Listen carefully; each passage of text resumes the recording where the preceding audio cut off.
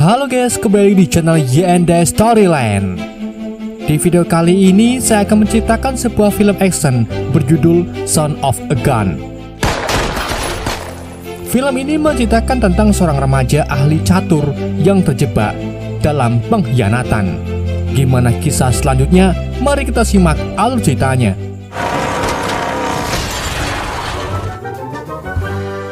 Gak bisa bahasa Inggris.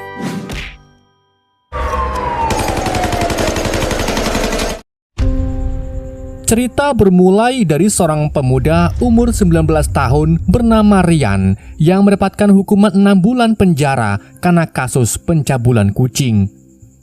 Karena menginjak usia dewasa, Ryan kini ditempatkan di lapas dewasa.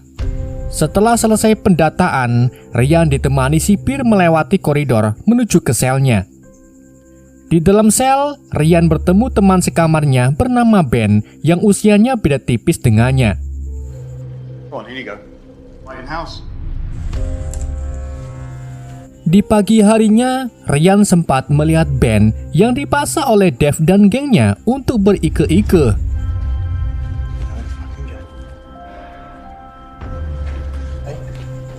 Saat ingin kembali ke dalam sel, perhatiannya teralihkan oleh salah satu bos para napi bernama Brendan yang sedang bermain catur. Melihat hal itu, jiwa bermain catur Ryan pun bergejolak dan langsung menunjukkan 3 langkah skakmat yang membuat Brendan sedikit terpukau. Tapi Brendan memperingatkan untuk Ryan agar tidak terlalu mencolok. Show me. He's got your checkmate in 3 moves. You got it? In here, we're all normal. Setelah kembali ke sel, Ryan melihat Ben yang sedang mengasah gagang sikat gigi untuk dijadikannya senjata. Di hari berikutnya, Ryan terus mengawasi Ben. Tak lama, Dev dan gengnya tiba untuk kembali mengike Ben. Namun Ryan dengan idenya segera mengajak ribut Ben yang membuat keduanya dikirim ke ruangan isolasi. Brendan yang melihat tingkah Ryan mulai tertarik dengannya. Setelah keluar dari ruang isolasi, usaha Ryan sia-sia saat ia melihat Ben masih diincar oleh Dev dan gengnya. Sesaat setelah kembali ke kamarnya, tiba-tiba Ryan mendengar suara rengan yang ternyata adalah Ben yang sedang bunuh diri. Setelah kematian Ben, Ryan menjadi target incaran Dev beserta gengnya. Mengetahui hal tersebut, Ryan mulai mengasah sikat gigi sebagai senjatanya. Suatu ketika, setelah selesai dari WC, dari arah belakang, Ryan tiba-tiba diseret ke WC untuk diike. Namun untungnya Brendan bersama anak buahnya berhasil menyelamatkan Ryan. Kemudian Brendan memerintahkan anak buahnya untuk mengakhiri perselisihan dengan cara menjatuhkan Dev dari tangga yang akhirnya membuatnya tewas.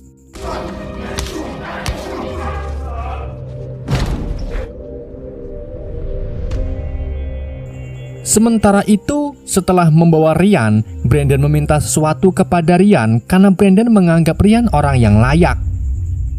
Singkat cerita, 6 bulan kemudian, Ryan bebas. Kemudian ia menuju ke alamat yang diberikan oleh Brendan.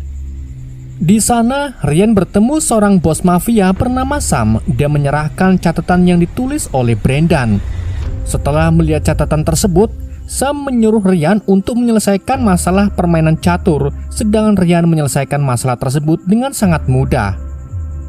Setelah mengetahui kemampuan Ryan, Sam menyuruh ponakannya bernama Josh untuk memberikan koper kepada Ryan. Namun Josh merasa sedikit cemburu dengan perlakuan Sam terhadap Ryan. Setelah memberikan koper, Josh mengantar Ryan ke sebuah kamar hotel melewati sebuah bar milik Sam. Setelah tiba di kamar, Ryan mulai melihat seisi koper yang di dalamnya terdapat sebuah senjata dan beberapa paspor milik Brendan dan anak buahnya. Selang beberapa saat, seorang wanita yang bekerja sebagai pelayan bar sekaligus wanita simpanan Sam datang. Wanita tersebut bernama Tasha dan memberikan Ryan segepok uang ditambah sebuah ponsel dan catatan di dalamnya. Tasha memberitahukan bahwa tugas pertama Ryan hanya mengangkat telepon tersebut. Tasha, friend of Sam's. Someone will tell you what to do. So, what's the plan? I'm here to drop something off. Di keesokan paginya, Ryan pergi ke suatu tempat di mana seorang penjual senjata tinggal. Setelah perkenalan singkat, Ryan diajak ke sebuah kontainer untuk menunjukkan senjata simpanannya. Selesai ilang-ilang senjata, Ryan diajak ke sebuah lapangan untuk mendapatkan latihan menembak. Take that out with the M60. Di malam harinya, Ryan mendapatkan sebuah telepon untuk misi pertamanya. Di hari berikutnya lagi, Ryan pergi ke biro penerbangan dengan menyamar sebagai seorang turis untuk melakukan booking sebuah helikopter. Setelah mendapat jadwal penerbangan, Ryan memulai penerbangan pertamanya. Sesaat setelah helikopter lepas landas, Ryan menodongkan senjatanya ke arah pilot dan memaksanya untuk pergi ke alamat yang diberikannya.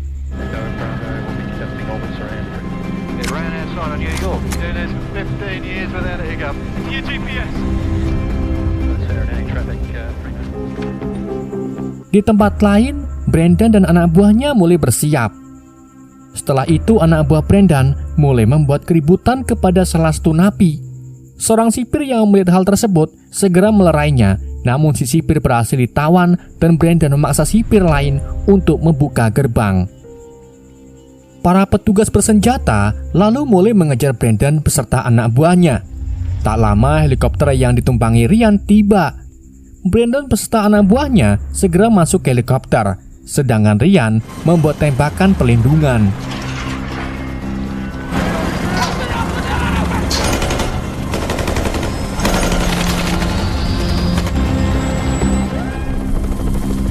Setelah berhasil lolos dari penjara, mereka melanjutkan perjalanannya menggunakan mobil dan tiba di sebuah villa di mana Sam tinggal. Setelah mereka bertemu, Sam dan Brandon mulai membicarakan bisnis tentang emas yang berada di Calgary.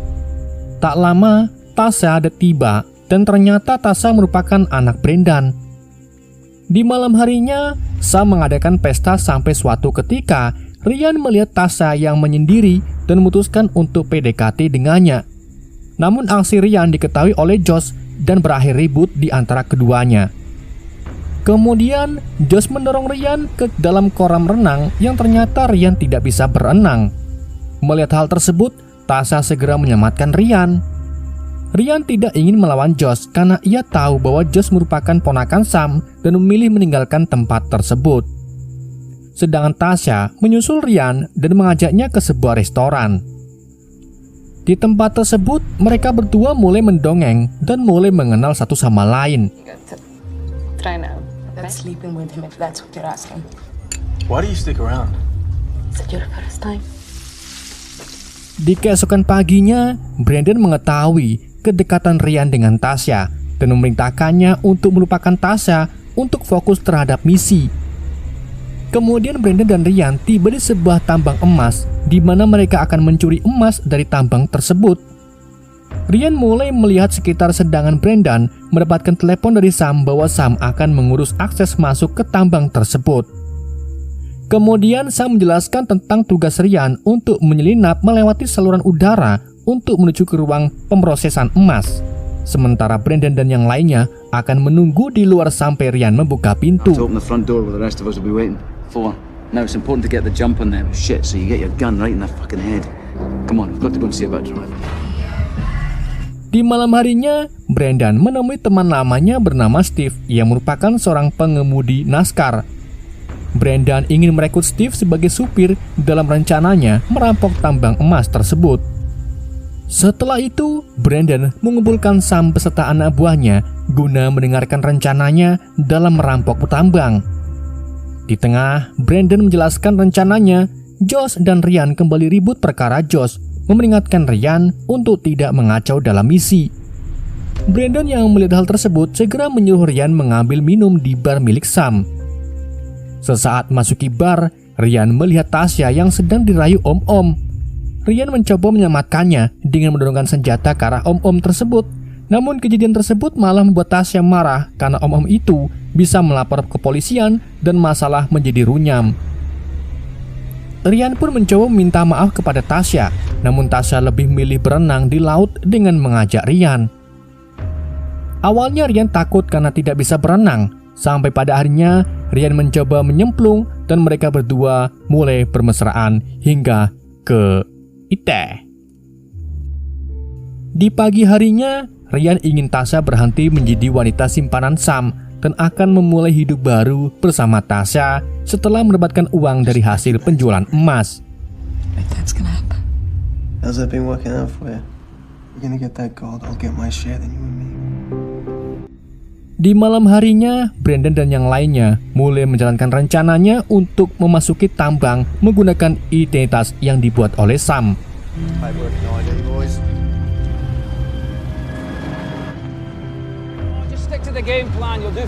Setelah berhasil masuk, Brandon segera melubangi lubang ventilasi, sementara tugas Ryan adalah masuk ke dalamnya.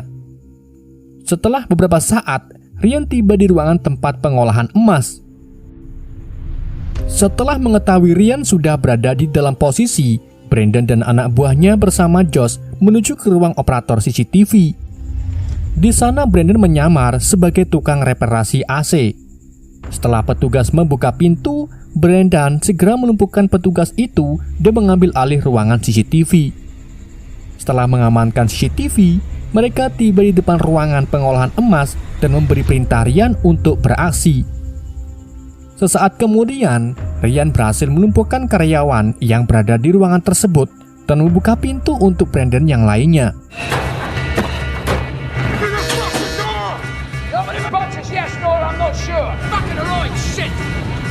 Singkat cerita, Brandon bertugas mengambil emas, sementara Josh bertugas menjaga Sandra. Di tengah-tengah Brandon menunggu emas jadi, Josh tiba-tiba menembak Sandra yang membuat petugas yang berada di luar menelpon polisi. Karena kesal dengan tingkah Josh, Brandon menghajarnya hingga bocor. Sedangkan anak buah Brandon berhasil mendapatkan 6 batang emas. Kemudian, dengan menyamar sebagai karyawan, Brandon beserta karyawan lainnya keluar dari dalam pabrik. Setelah dikira cukup dekat dengan para polisi, Brandon mulai menembak diikuti Ryan yang lainnya. Sedangkan Steve yang sudah bersiaga segera menjemput Brandon beserta timnya.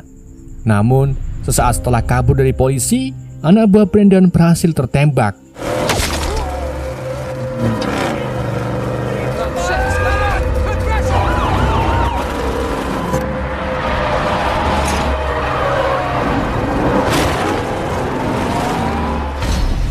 Setelah kejar-kejaran panjang, Brandon dan timnya berhasil lolos dan bertemu dengan Sam. Namun karena pendarahan, anak buah Brandon yang tertembak akhirnya tewas. Sementara Josh langsung lapor ke Sam bahwa ia dibully oleh Brandon. Namun Brandon lebih memilih kembali berbisnis dengan menyerahkan emasnya, karena tugas Sam untuk memecahkan emas di Malbron yang nantinya emas tersebut baru bisa dijual. I took my eye off him for 1 second. Bars you get. Rich. I'm sure that's a sentiment that'll be shared by his wife. Yourself or use my guy in Melbourne. Di tempat lain, Tasha mendapat kunjungan dari anak buah Sam untuk menyandera Tasha yang nantinya akan digunakan untuk mengancam Brandon dan Ryan. Namun Tasha berhasil lolos dan memberitahukan bahwa Sam sudah berkhianat. Setelah mengetahui Sam berkhianat, Brandon pergi ke sebuah makam untuk membongkar celengannya yang Brandon kumpulkan sebelum masuk penjara. Kemudian Tasha, Brandon, dan Ryan pergi ke Malbron guna mengambil emasnya kembali yang berada di Sam. Dengan menyewa seorang informan, Brandon mengetahui lokasi di mana Sam akan melakukan pemecahan emas. Mob tomorrow or the next day, right? Thank you. Di malam harinya, saat menonton TV, berita tentang pencurian di tambang sudah tersebar di mana-mana dan identitas Ryan dan Brandon sudah diketahui oleh pihak polisi. Singkat cerita, ketika Tasha membeli gorengan, ia diikuti oleh seorang pembunuh bayaran bernama Wayne. Sesaat kemudian, Tasha tiba di kontrakan. Di saat yang sama, percakapan sedang terjadi antara Brandon dan Ryan. Brandon menyuruh meninggalkan Tasha dengan memberikan segepok uang karena bagi Brandon Tasha cuma beban. Sedang Ryan mulai tergiur dengan uang tersebut, namun Tasha yang mendengar percakapan itu segera pergi. Suara yang dibuat Tasha membuat Ryan sadar bahwa Tasha sedang menguping. Ryan pun kemudian segera mengejar Tasha dan mengatakan bahwa ia terpaksa karena misi selanjutnya sangat berbahaya banget. Namun Tasha tetap menolak dan lebih memilih meninggalkan Ryan. Sementara Ita, Wen yang baru tiba segera menodongkan senjata ke arah Brendan. Sedang Brendan tetap santai.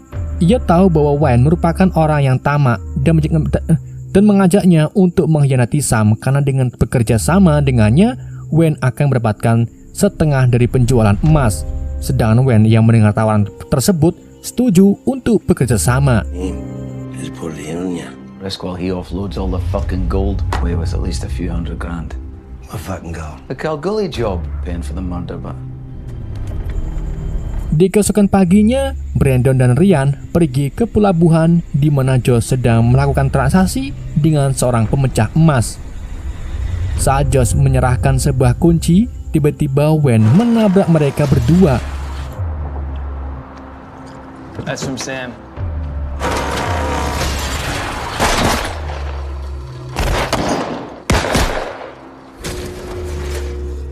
Kemudian, Brandon membawa Josh untuk diinterogasi mengenai keadaan emas yang disembunyikannya. Awalnya Josh bungkam sampai akhirnya Josh dimasukkan ke kulkas dan Josh mengatakan di mana emas disimpan. There is my gold, Josh.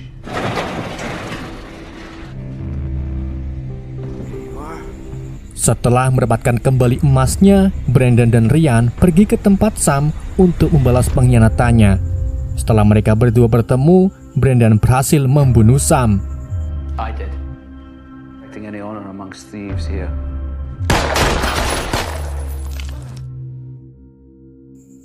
Kemudian, Brandon menyewa sebuah kamar untuk menyembunyikan emas miliknya. Di lain sisi, Ryan sedang mengunjungi resepsionis hotel dan kembali bertemu Brandon dengan membawa coklat. Setelah melihat Ryan, Brandon mengajaknya untuk membeli sebuah kapal yang nantinya akan digunakan untuk kabur dari tempat tersebut. Namun saat Brandon dan Ryan bersiap berlayar, tiba-tiba Brandon menodongkan senjatanya ke arah Ryan.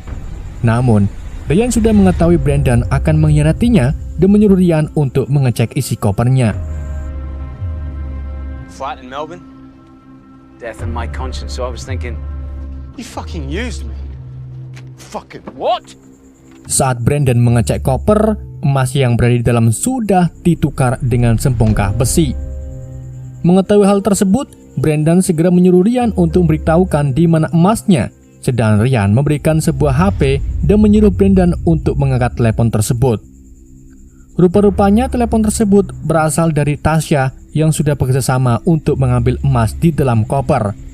Saat Ryan pergi ke resepsionis, rupa-rupanya Ryan meminta kunci duplikat yang diberikan ke Tasha yang baru tiba di Melbourne.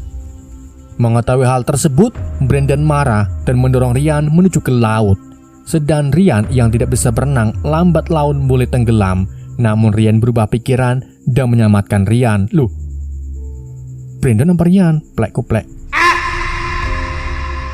Mengetahui hal tersebut lagi, Ryan berubah pikiran dan memutuskan membagikan setengah penjualan emas kepada Brandon. You know where you can find your half of the money.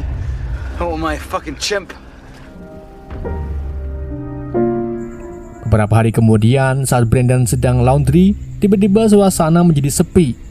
Rupa-rupanya polisi sudah bersiap menangkap Brandon, dan pada harinya Brandon kembali masuk penjara. Beberapa bulan kemudian, Brandon yang dipenjara mendapat sebuah surat dari Ryan yang isinya Ryan sudah membagi hasil penjualan emas dan mengubur di tempat Brandon menyimpan uang. Bagaimanapun juga, Ryan mendapatkan banyak pelajaran dari Brandon, termasuk tentang pengkhianatan yang berakhir buruk. Sebagai titiknya, Ryan menunjukkan foto Tasha yang sedang hamil dan lebih memilih setia dan hidup berbahagia bersama Kuplek. Film pun tamat. Oke adik-adik, inilah film dari Kuplek yang berjudul Son of Gun. Semoga kalian terhibur dengan alutsista yang saya bawakan. Mohon maaf jika ada kesalahan dalam penyampaiannya ataupun penyebutan nama. Sekian dari YND, sampai jumpa di video berikutnya.